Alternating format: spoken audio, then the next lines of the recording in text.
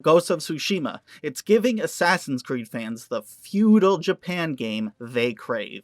My interest of Ghosts of Tsushima just shifted laterally because it's like another Ubisoft game. Let me elaborate. In case you missed it, Sony's most recent State of Play delivered an 18-minute gameplay demo, except this time it was actual gameplay, unlike Xbox's most recent shindig. It delivered on a lot of things. It showcased how exploration works and how organic and fluid it was. Then we got some combat gameplay where we saw protagonist Jin play two different styles. One is in a samurai and one is a ghost. But he's not a ghost, he's just an assassin. Yes. I was expecting a unique samurai dueling game, but I got Assassin's Creed Odyssey. Or Origins, more so the new ones than the old ones. After playing Odyssey for 160 hours, I kind of have that gameplay loop burned into my head. So then I watched this 18-minute demo for Ghost, where the character marked a spot on his map and went there on the horse to get to the spot. On the way there, he picks up a branch without getting off. Clearly, it's for the crafting elements that are now mandatory for all games. The character also made a stop at an upgrade shrine, then another location where he unlocked fast travel. No climbing or synchronization at least, but then the combat comes next. At first I was amazed at how the game appeared to be based entirely on reflex moves, lots of samurai trope insta-slashes, and bloody cool counterattacks. I thought that was the unique thing with it until I saw that you can also just whack dudes with your swords as well. But then they went back again and had Jin sneaking around with the gates and walls, sneaking on top, and assassinating enemies. Literally assassinating them. It says so on the button prompt, assassinate. Well then, not as unique as I thought that game was going to be. Watch the video for yourself. The majority of the gameplay experience looked exactly like the experience I had in Odyssey. It all looks like too familiar to me, even the GUI looked the same. That's not a bad thing. As I said, 160 hours into that game, why not sink some time into Assassin's Creed Feudal Japan Edition? Ubisoft they never got around to making that Japanese setting that fans occasionally call for. Looks like Sucker Punch Studio is doing it for them. I can't wait to get roped into the Ubi loop once again, even though it's not actually Assassin's Creed. I know, there's absolutely nothing wrong with the game in all honesty. It looks completely fine to me and I would definitely play it. It looks completely fine to me and I would definitely play it. But started off as a very unique looking game has wound up into being a complete by the books experience, or at least that's what the gameplay shows. All that's left now is for it to have a great score, great story, and great fun. If it's got all that, it'll still be a solid experience. By the way, the black and white mode and the ability to turn off subtitles for the Japanese voice track was the most pretentious bullcrap I've ever seen. Hey guys, Chet Sadface here, and you're listening to the Hard Mode Gamers Digest, where I break down and read back to you all of the really short and stupid articles I've written. Next article, this one also is important to a lot of people because, Last of Us Part 2 has my attention now. Here's why. I saw the things. I saw the leaks. Now I want to play it more. In case you've been living under a rock, there's been a lot of noise surrounding Naughty Dog's anticipated game, The Last of Us Part 2. Huge swaths of the game were leaked. Not just the text, entire cutscenes, including major turning points, were all left out to bear. If you look hard enough, you can probably still find them, but the developer has been working extensively to shut the leaks down anywhere they pop up. People are not happy with this, to say the least. I can't take sides on the various different expressions on how people are displeased, but there's a lot to unpack. I hate saying there's a lot to unpack. I hate saying that. People are displeased with the new characterizations of certain characters.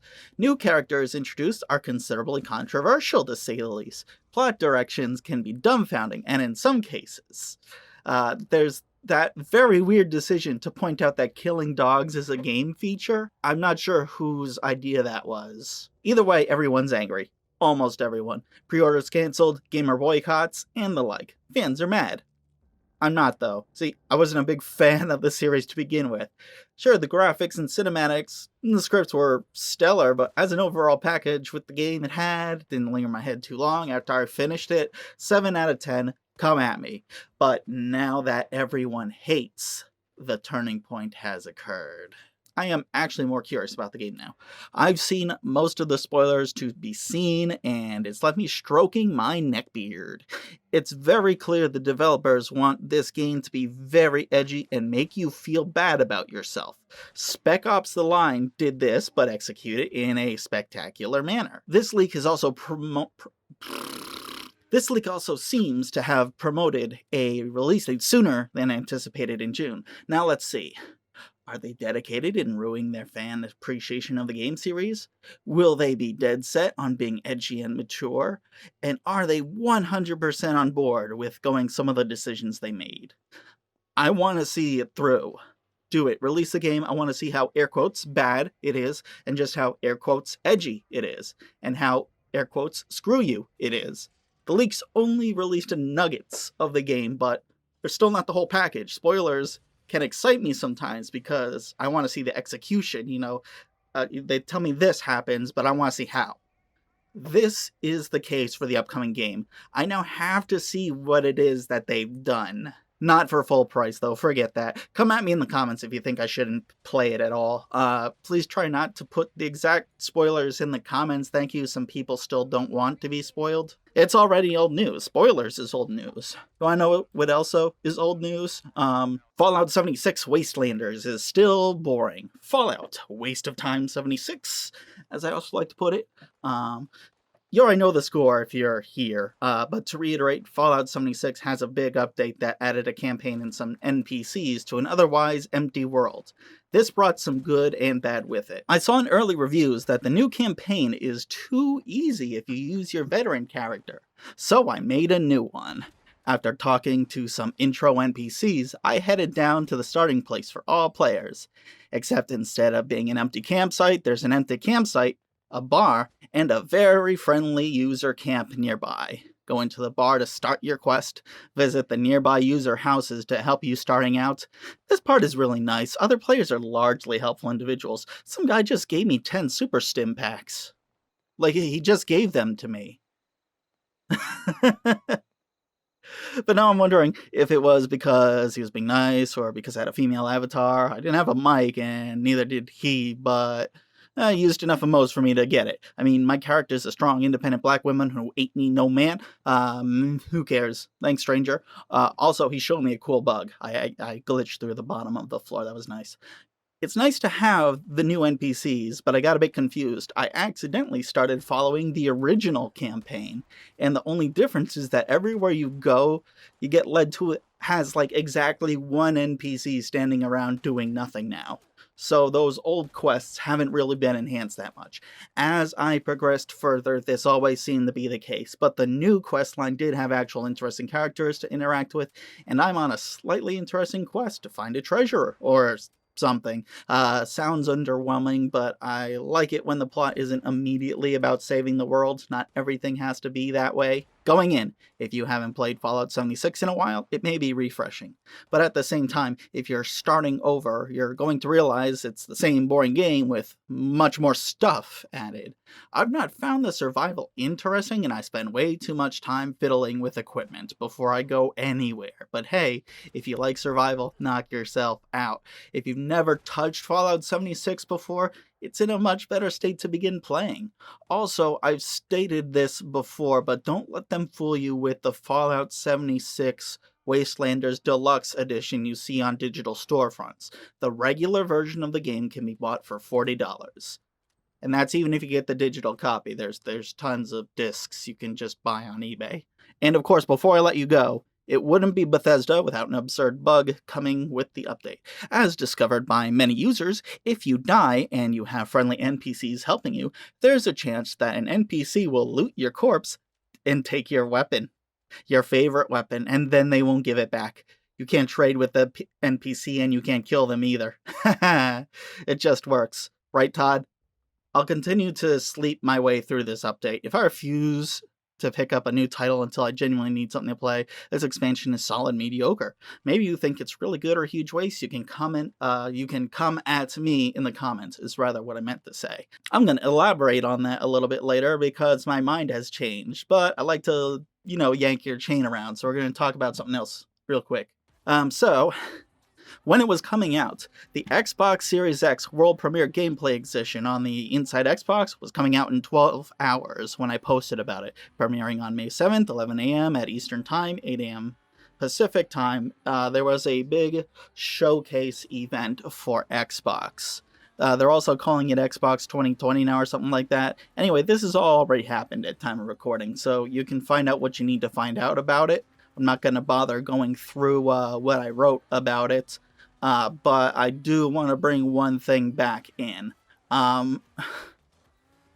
It seems like, although not 100% confirmed, we have what we think is the Xbox Series X startup sound, and just listen to it.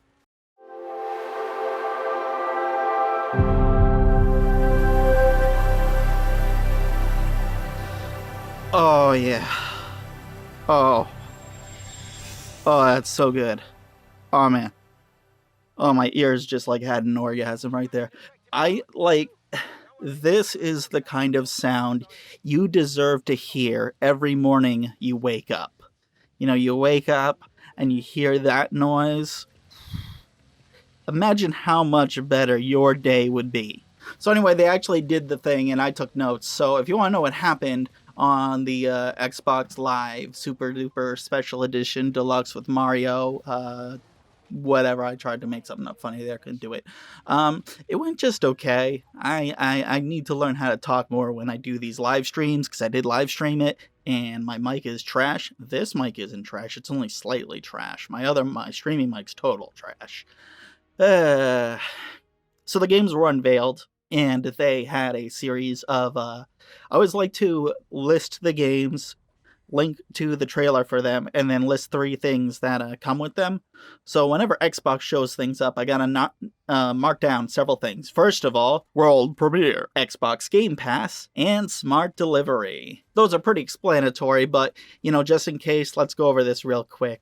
World Premiere means that the game has officially been revealed for the first time. Xbox Game Pass is the monthly service subscription where you can play a rotating selection of games. Smart Delivery is the new thing, though. Anything denoted with Smart Delivery means if you own it on Xbox One, you own it on Series X. That's most likely a higher quality experience on the new one. It may sound mundane, but this is the first time this has ever really been done for consoles. So, yeah, let's see what they had during the reveals. First, they talked about Senua's Saga Hellblade 2. And by talked about it, I mean that's literally what they did. They didn't actually show anything. They just said, hey, remember this? Yeah, we're still doing it. As if people needed to be reminded. Then there was Bright Memory Infinite. That was an FPS game that's being made by one person.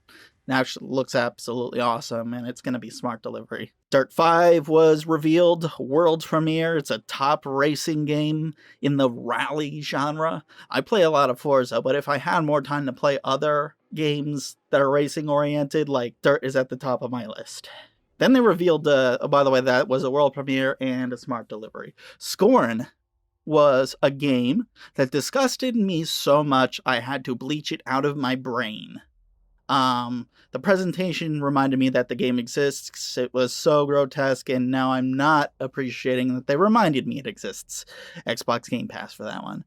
Chorus is this other game with one of those unnecessary V's in the title. It's one of those creepy cult sci-fi kind of things, except it's Star Fox.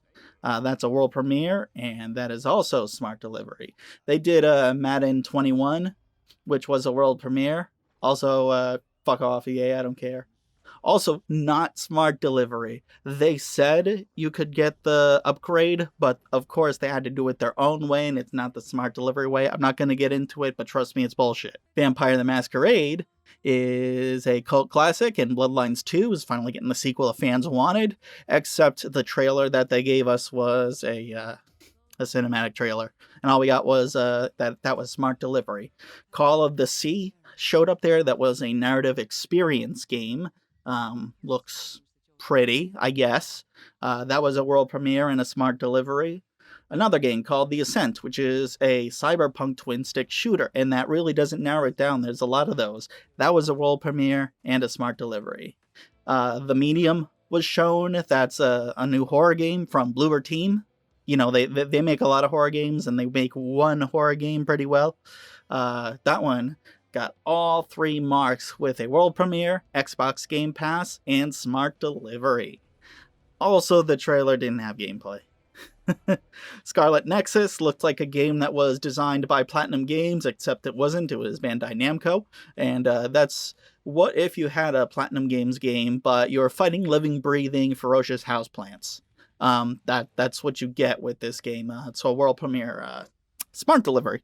There's a few more left. Second Extinction, I kept thinking was like going to be Turok or Dino Crisis, but it wasn't. It's like Left 4 Dead with dinosaurs, or seems to be. That's a world premiere. That was a smart delivery game. Yakuza Like a Dragon, the one that's shaking up the formula, premiered. Actually, no, that did not premiere on this. That'd be weird, but that's another game that's not exclusive anymore, and that will be a smart delivery game. Finally, they did the Assassin's Creed Valhalla reveal, and guys, you can't call it a gameplay trailer if you don't have any gameplay in the game. This gameplay trailer had no gameplay. It was awful. Absolutely 100% atrocious. That's it. I saved you some time. You're welcome for that one. You can just click on my page here and preview everything, or you can move on to, what's this? Fallout 76? Wait, why am I still playing this game? Fallout 76, Todd does it again. Just a couple of days ago, I wrote a piece on how Fallout 76 made enough marginal improvements to be worth your time if you haven't played it. I also said it was boring, yet somehow at the very first story arc of the new game closed, something happened. I could have stopped. I felt like the particular arc I was following stopped short. Then I explored some more and found some cool new things. Then I found another new quest that I thought was an old quest. Then random quests popped up and I explored. And then I spent what had to be like an hour and a half fiddling with my gear at a friendly player's camp. High-level players are nice, and I haven't even bothered to make my own camp yet at the time of recording this, so I was just borrowing everyone else's camp to use their work desks, and it's always been easier to freeload. And the dynamic locations of the camps also make it easy for me to fast travel to quest markers I'd normally have to hoof it to. But one night I was really steamed and needed to relax. Oof, I was angry. But did I launch Doom Eternal for the catharsis and murder? No. Did I scour the other wasteland that takes place in Washington, D.C.? No, not Fallout 3. I meant The Division 2, but still no. I fired up Fallout 76 and had a terrible experience. A high-level legendary monster killed me twice and at one point had me trapped. The 350 plus rounds I loaded on it reduced its health by like 1/32th. If I'm being honest. And then I had to scour the land far and wide to find a tinker bench, because I couldn't remember where one in particular was located at. My freeloading ass went to 3 different user camps, every workshop except a tinker bench. This took, I think, another 3 hours of my life, but I was frustrated, so I quit for a solid hour and a half, and then I went back on, and I was so close to finishing the quest. Then another quest popped up, and at some point, I literally sent Xbox messages to players offering to sell my grenades to them. I don't like the grenades at Fallout. They suck. Then I looked at the curtain in my room. Then I looked at the clock. It was 6 a.m. Todd, you've done it again. This is actually still old news, because I'm just reviewing old news at this point. But here's something interesting that I looked into before, and I thought about, should I feel bad about ordering from Wish? How do I go about this one? This one's China-centric, so if you're one of those racist people, fuck off. In my search to find out where Wish.com gets its items from, I stumbled into something. Apparently, an old rumor was implying that if you could get the Wuhan flu from ordering from Wish because their warehouse is in Wuhan. It was an unusual fact-check site where I found this information, and they were using weird words, but it led me to more information I could verify, but there was a lot of things that I found out. First of all, I found out there's no real risk of the coof due to shipping times of product that leave China. The US Post and China Post came to an agreement that boils down to making China ship things in bulk packages. The virus itself can't survive on the 3 to 4 week boat trips, but even so, I also found out Wish has several warehouses in many other countries. Regardless of where you think the virus originated from, it could be from one of many different Asian nations. And non-Asian nations too, which is where all these stuff are shipping from. It turns out, thirdly, that the company, Wish, is based out of San Fran, USA. Wait, Wish is an American company? I thought this was like an Alibaba thing. That's interesting to know. Who's benefiting the most from Wish there? Can't say it's the USA government or the CCP. Neither government's going to be benefiting off this crap peddler.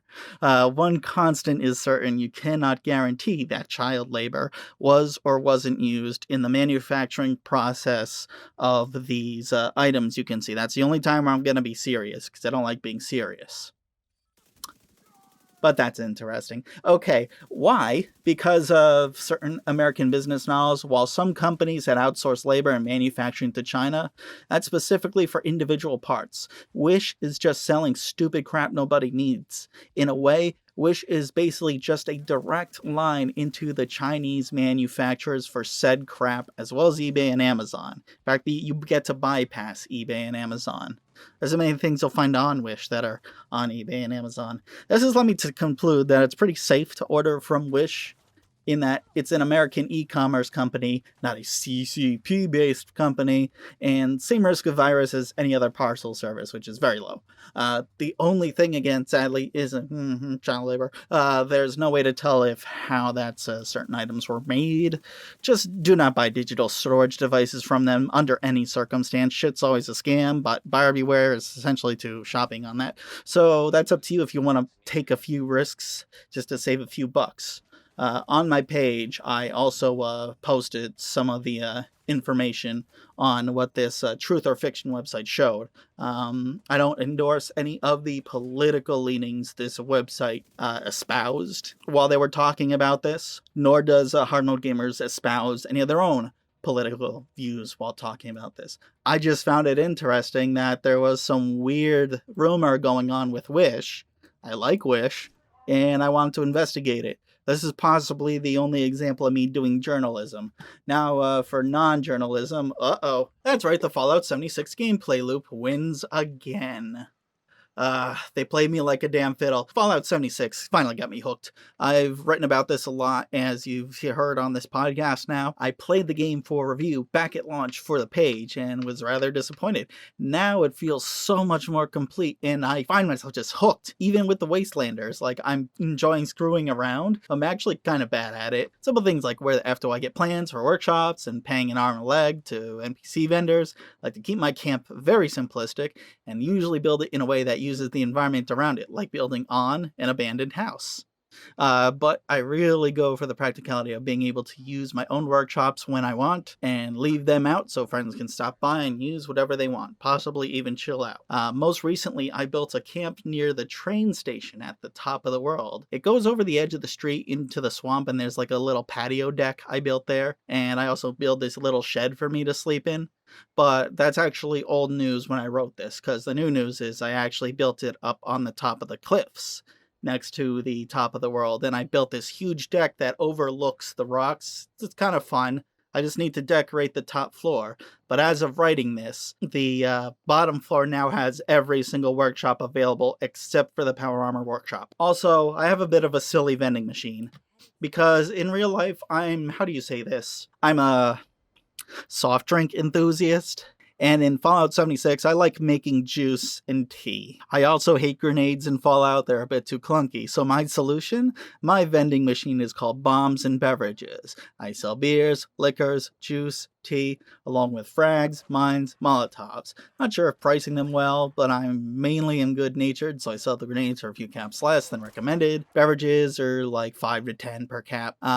Perhaps someone can help me find all the beverage and bomb plans. That'd be nice. I just need to be advised on where I can find these things without paying an arm and a leg, and if the pricing is fair, competitive, or worth anyone's time. I've even debated making a free daily beverage, most likely blackberry juice, because I have a lot of blackberry juice. So many blackberries at my workshop.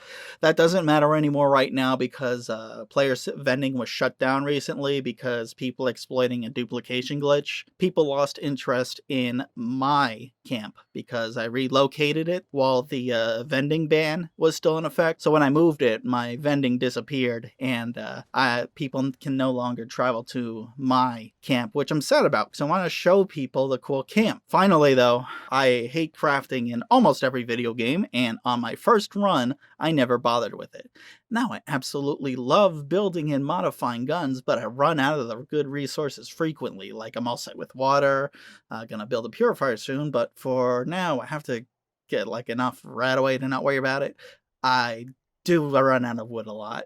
Getting resources is a bit of time sink for new players like me, so I'm constantly looking for great places to farm wood or get good resources like aluminum, adhesive, screws. What's the point of this? Okay, I might be boring some of you listeners.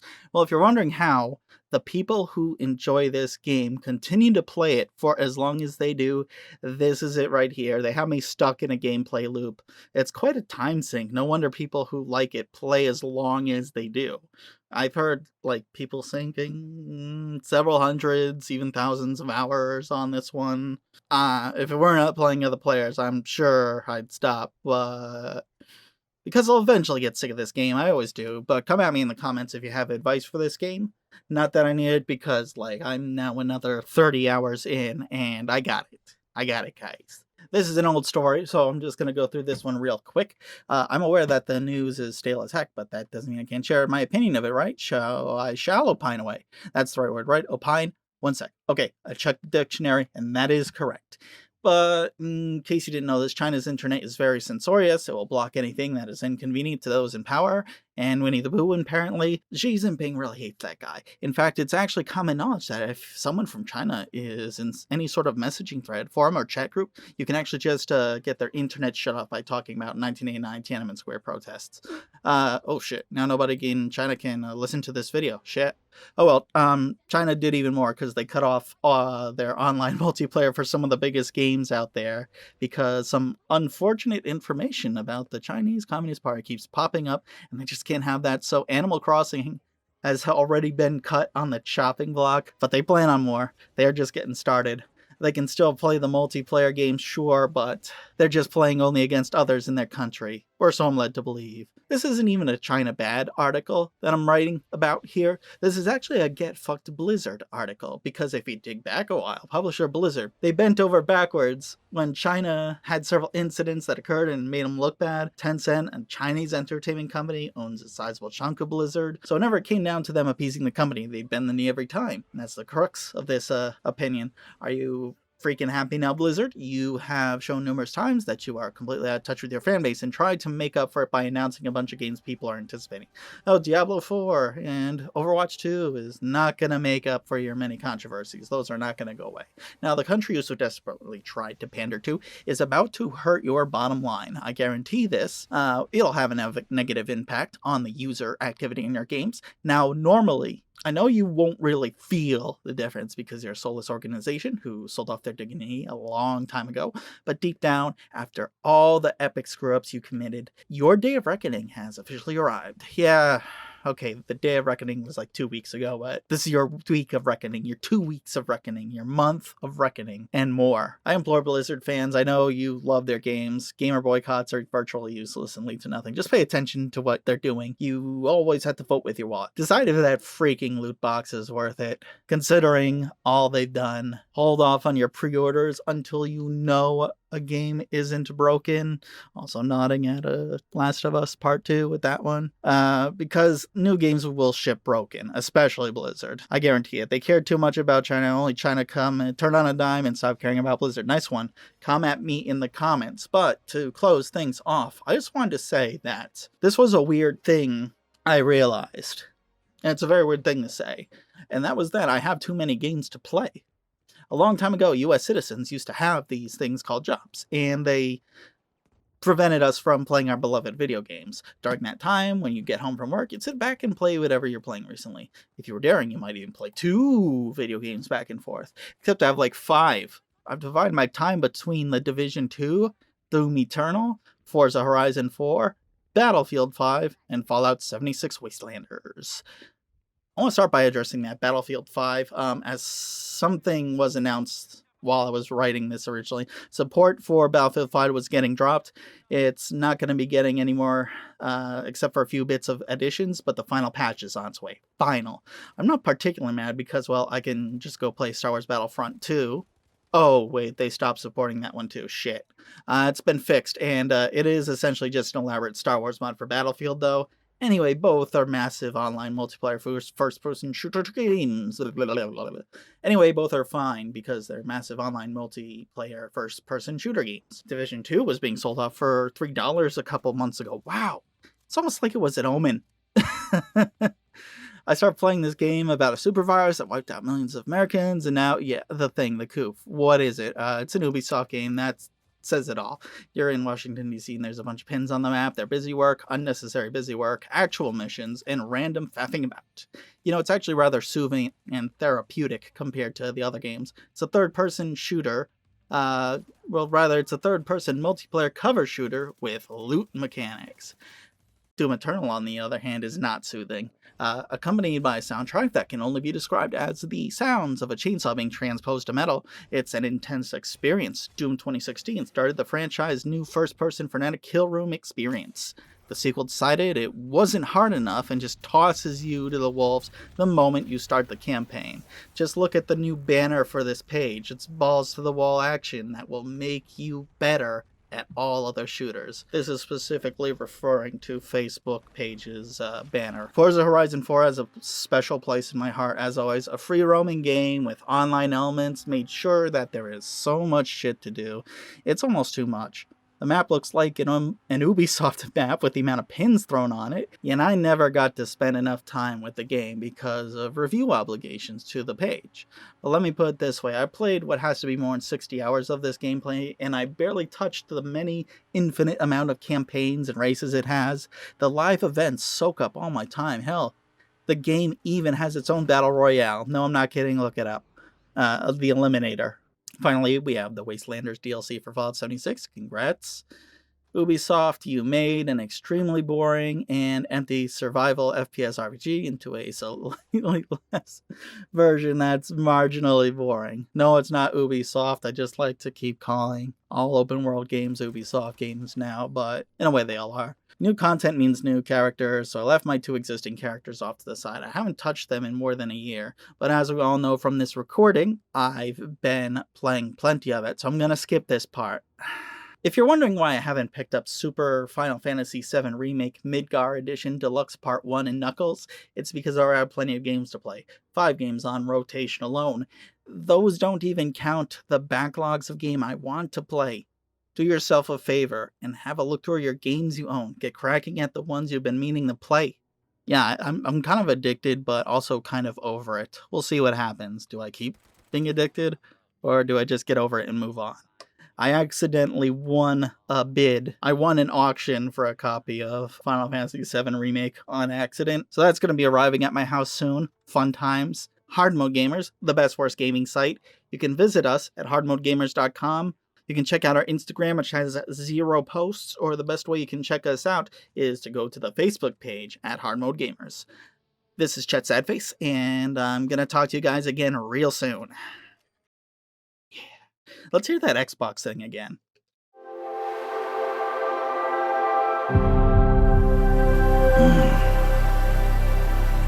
So good.